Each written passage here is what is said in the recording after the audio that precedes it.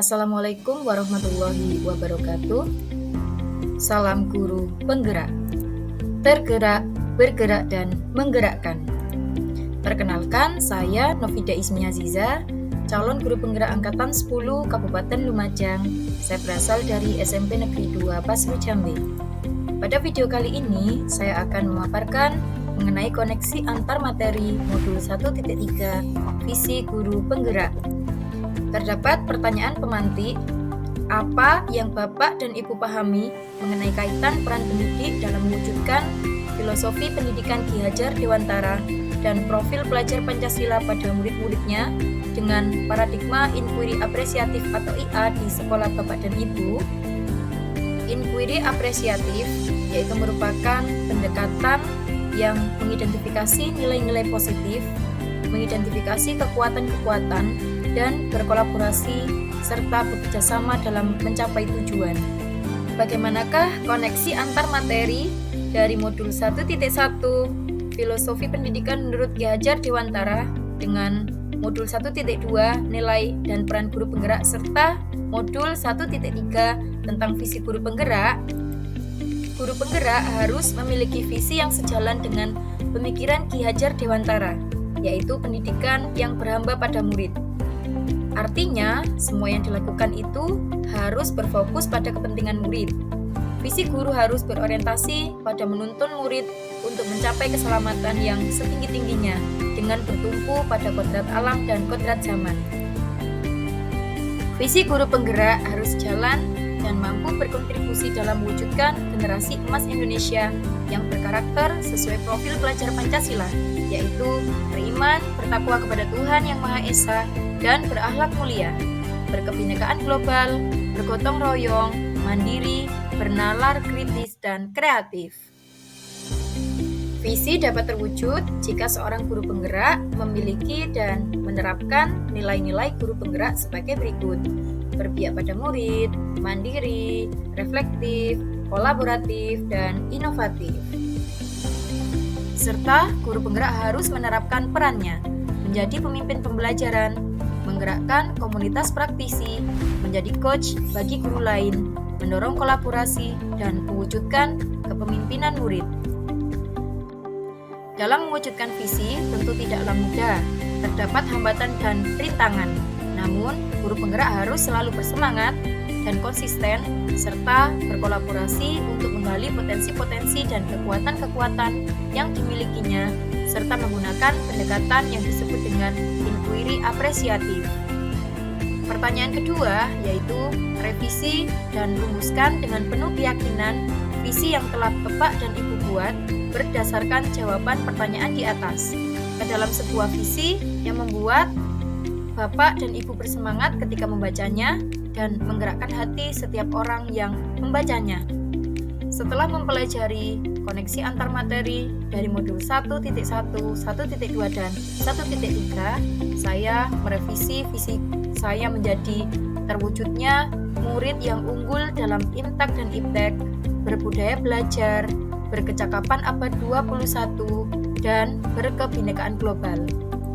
Kaitan visi yang saya susun dengan profil pelajar Pancasila yaitu: yang pertama, unggul dalam Imtak, iman dan takwa, mengacu pada profil pelajar Pancasila yang pertama, yaitu beriman, bertakwa kepada Tuhan Yang Maha Esa, dan berakhlak mulia. Murid yang unggul dalam Imtak memiliki kesadaran akan Tuhan, etika, dan tanggung jawab sosial. Berikutnya, unggul dalam Iptek, ilmu pengetahuan dan teknologi, pendidikan yang mempersiapkan murid untuk menghadapi tantangan dunia modern.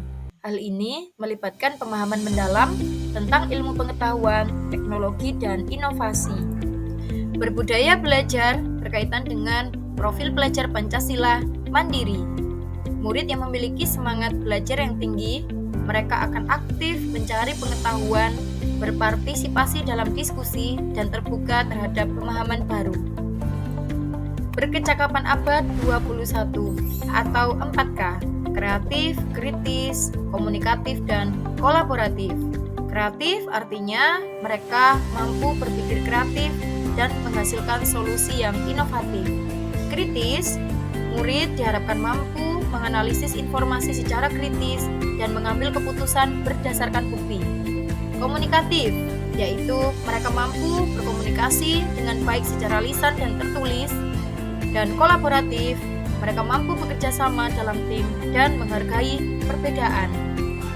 Dan berkebinekaan global artinya murid memahami tentang keberagaman budaya, toleransi, dan menghargai terhadap perbedaan.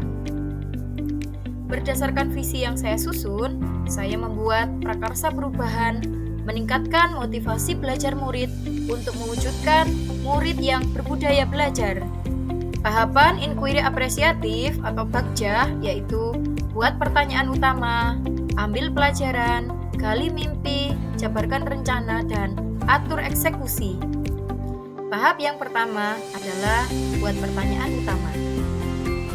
Apa yang harus saya lakukan untuk meningkatkan motivasi belajar murid?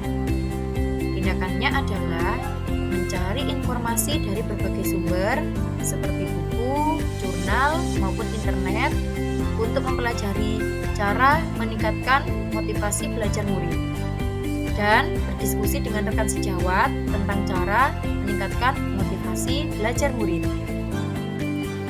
Tahap yang kedua adalah ambil pelajaran. Pertanyaan yang muncul adalah, siapakah guru yang pernah berhasil dalam meningkatkan motivasi belajar murid? Bagaimana cara guru tersebut melakukannya? Aktivitas apa saja yang dilakukan untuk meningkatkan motivasi belajar murid?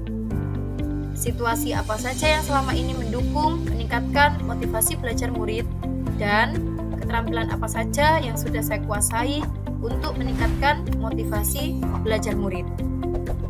Tindakan yang saya lakukan adalah saya mencari guru yang sudah berhasil meningkatkan motivasi belajar murid, kemudian saya mencari tahu dan mencatat bagaimana guru tersebut meningkatkan motivasi belajar murid, serta saya mencari contoh aksi nyata dari aktivitas yang dapat meningkatkan motivasi belajar murid dengan wawancara, survei pengalaman, pendapat rekan sejawat, kepala sekolah, wali murid maupun murid itu sendiri.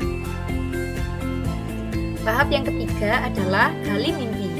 Pertanyaan yang muncul diantaranya, apa saja kegiatan yang dapat meningkatkan motivasi belajar murid? Bagaimana perasaan saya jika motivasi belajar murid meningkat? Dan apa saja hal-hal baru yang bisa murid saya lakukan setelah motivasi belajarnya meningkat? Tindakan yang saya lakukan adalah saya menerapkan model pembelajaran kontekstual, berpusat pada murid, dan berdiferensiasi, memanfaatkan media pembelajaran dan teknologi, memberikan ice breaking di sela-sela pembelajaran, dan memberikan penghargaan atau reward, serta pengakuan atas pencapaian murid. Tentu perasaan saya akan sangat senang jika motivasi belajar murid meningkat. Dan hal yang bisa dilakukan setelah motivasi meningkat adalah murid mulai menggali materi lebih dalam, aktif berkolaborasi, dan berinisiatif untuk belajar mandiri. Tahap berikutnya adalah jabarkan rencana. Pertanyaan-pertanyaan yang muncul diantaranya adalah, apa langkah yang paling sederhana yang bisa saya lakukan untuk meningkatkan motivasi belajar murid, dan berapa lama target untuk mencapai peningkatan motivasi belajar murid? Tindakannya diantaranya saya membuat capaian yang realistis untuk setiap minggunya.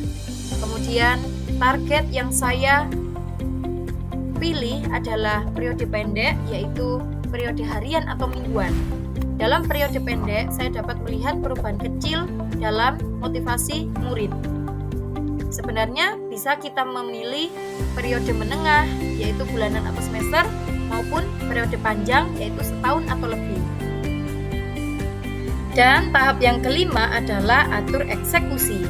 Siapa saja yang akan saya libatkan dalam mewujudkan rencana ini, dan kapan usaha meningkatkan motivasi belajar murid akan mulai dilakukan. Tindakan yang saya lakukan adalah saya mengajak rekan sejawat yang memiliki keinginan dan harapan yang sama, yaitu meningkatnya motivasi belajar murid, serta kegiatan meningkatkan motivasi belajar murid ini mulai dilaksanakan saat ini juga, yaitu saat pembelajaran berlangsung. Demikian, terima kasih. Salam dan bahagia Bapak Ibu guru hebat. Wassalamualaikum warahmatullahi wabarakatuh.